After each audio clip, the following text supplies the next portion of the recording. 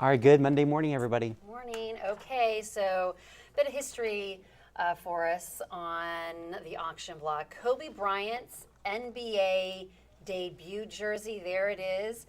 It just sold for $7 million. Wow. At auction. Yeah, $7 million. Of course, Bryant wore the yellow jersey with the number 8 back in 1996 during his first media day, his preseason debut, and his regular season debut. He averaged just 7.7 points per game in his first NBA season, but he retired with 5 titles as one of basketball's greatest players of all time. So I feel like they could have gotten $8 million out of it just because of the number 8, right? Yes, I know. It would have been fitting for sure. I know, that would have been perfect, but you know, that's still a lot of money for a jersey. $7 million. $7 million. Before he really kind of did anything, but it's, it's kind of really neat. Piece of history there. It is, yeah. It's a piece of sports history. Yeah. Yeah. Memorabilia. So pretty cool. Definitely a talker there, a party talker. Yeah, absolutely. You have people over. See that? Yeah, that's the real thing. That's the real thing. I just bought that the other day. Yeah, no big deal.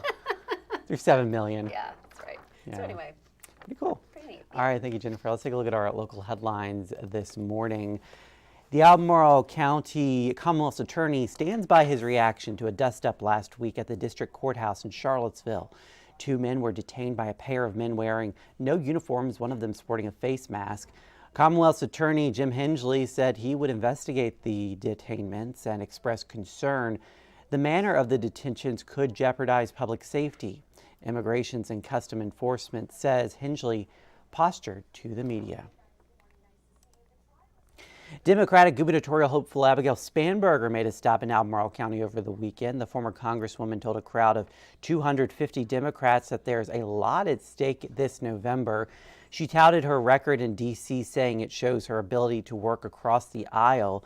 Spanberger's visit followed Republican gubernatorial nominee Winsome Earl-Sears' visit to UVA last week. And it is that time of year again as sheep line up for haircuts at the former president's home. James Monroe's Highland welcomed the community for its annual sheep shearing day. For nearly a decade, Tom Stanley has led the demonstration. The goal is to educate the public on agriculture practices that have been around for centuries, and as a bonus, all of the trimmed wool gets used right on the property. I'm sure those sheep definitely appreciate with the weather warming up. Yeah, that haircut, yeah. And that sheepskin makes nice seat covers for your car, too.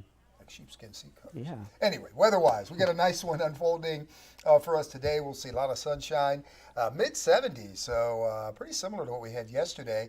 Warm front will be tracking north, and that will start to warm temperatures into the 80s with higher humidity tomorrow.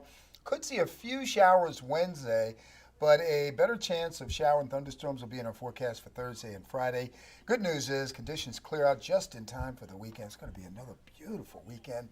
Lower 70s during the day, 40s at night, and mostly sunny sky. That looks like a great weekend ahead, but this week, midweek, it looks like it's going to be pretty warm out there. You're going to feel like summer. It's going to feel like summer. Yeah. All right. Thank you, David. Yeah. Thank you guys for joining us this morning. Here's a live look at traffic. This is I-64 at Afton Mountain on this sunny Monday morning. Hope you have a safe trip into work and school, and we will, of course, see you again on 29 News at noon.